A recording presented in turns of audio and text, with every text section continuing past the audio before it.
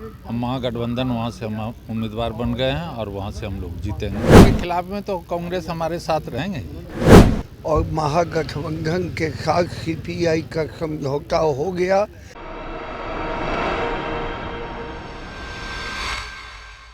नमस्कार, आप देख रहे हैं DTV भारत और मैं हूं आपके साथ शर्मिला चौहान। गुरुवार का दिन आरजेडी के लिए बेहद खास है क्योंकि आरजेडी के राष्ट्रीय कार्यकारिणी की बैठक होने वाली है लालू प्रसाद यादव यानी कि आरजेडी के सुप्रीमो की अध्यक्षता में। ऐसे में मंगलवार को लालू प्रसाद यादव पटना पहुंच चुके हैं और पटना पहुंचते ही लालू यादव ने नेताओं से, आरजेडी के कार्यकर्ताओं से मुलाकात करना भी शुरू कर दिया है।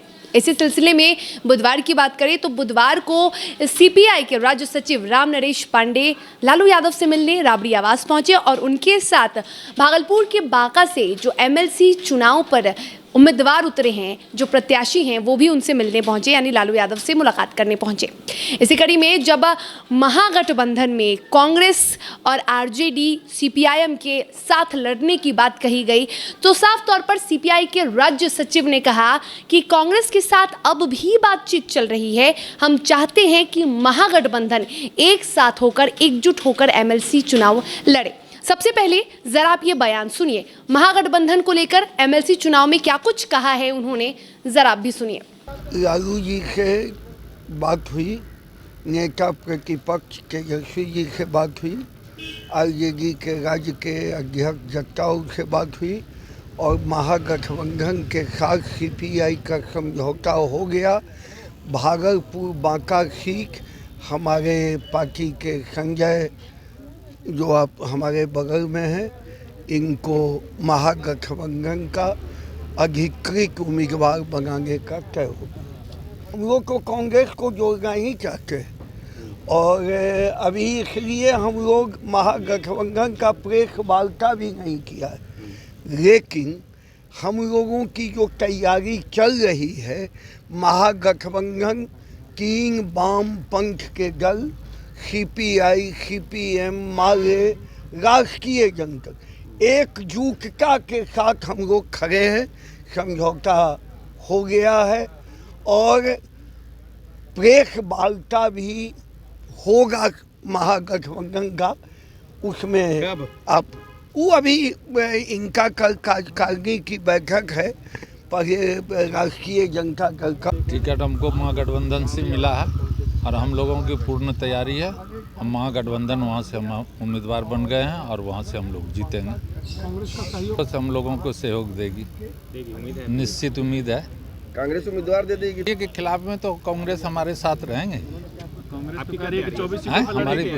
हमारी पूर्ण तैयारी है। कांग्रेस ने अगर उम्मीदवार दे दिया नहीं देंगे, वो तो जब भी कटेगा तो जदयू का वो देंगे ही नहीं। वो तो चाहते हैं कि वहाँ एनडीए के लोग नहीं जीत करके आवे। तो सुना आपने, अब भी महागठबंधन में कांग्रेस की एमएलसी चुनाव लड़ने पर संशय बरकरार है। हालांकि कांग्रेस के तमाम नेताओं ने यह साफ कर दिया है कि हमारी तैयारी 24 सीटों पर अकेले लड़ने की है, लेकिन अब भी कंफ्यूजन है क्योंकि कंफ्यूजन अब भी आरजेडी और आरजेडी के साथ जो महागठबंधन में एक और घटक दल है वो है भाकपा माले, उनके नेताओं द्वारा है।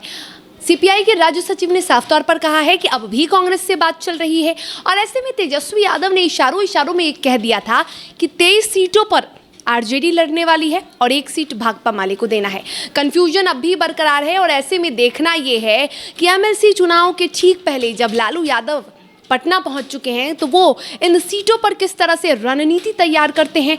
क्या लालू यादव महागठबंधन में यानी कांग्रेस लालू यादव के साथ चुनाव लड़ेगी, यानी कि महागठबंधन में के साथ कांग्रेस चुनाव लड़ेगी, या फिर लालू यादव के होते ही हुए, क्योंकि लालू यादव का नाम हम इसलिए ले रहे हैं क्योंकि जब बिहार विधानसभा उपचुनाव हुए थे 2021 में, उस वक्त लालू यादव ने कहा था कि महागठबंधन में कांग्रेस है और हम पूरी कोशिश करेंगे कि आने वाले दिनों में कांग्रेस हमारे साथ यानी महागठबंधन के साथ मिलकर चुनाव लड़े।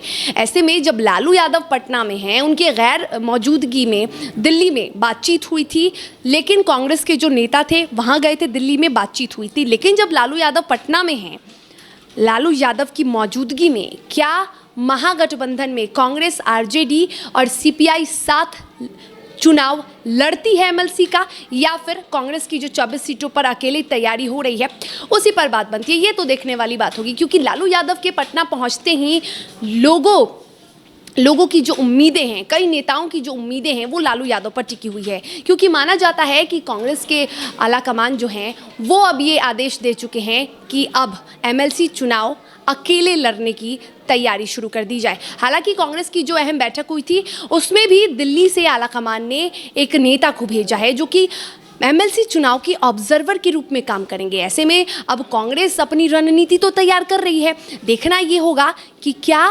महागठबंधन की जो रणनीति है वो कांग्रेस पर भारी पड़ती है, या फिर कांग्रेस जो 24 सीटों पर अकेले चुनाव लड़ने का मन बना चुकी है, इससे महागठबंधन यानी राजद और भाकपा माले को नुकसान होता है या नहीं। ये तो वक्त बताएगा। एमएलसी चुनाव की तारीखों के बाद जो परिणाम आएंगे वो बताएंगे। तो फिलहाल इस खबर में इतना ही। देश और दुनिया के साथ बिहार झारखंड की तमाम बड़ी खबरों के लिए आप देखते रहिए DTV भारत। DTV भारत को आप तमाम social media platforms Twitter, Facebook पर फॉलो कर सकते हैं, और इसी के साथ आप यूट्यूब पर हमें सब्सक्राइब करना बिल्कुल ना भूलें। सब्सक्राइब करने के साथ आप बेल आइकॉन दबा लें, क्योंकि बेल आइकॉन दबाते ही आपके पास तमाम बड़ी खबरों की नोटिफिकेशन जाएगी। देखते रहिए DTV भारत। नमस्कार।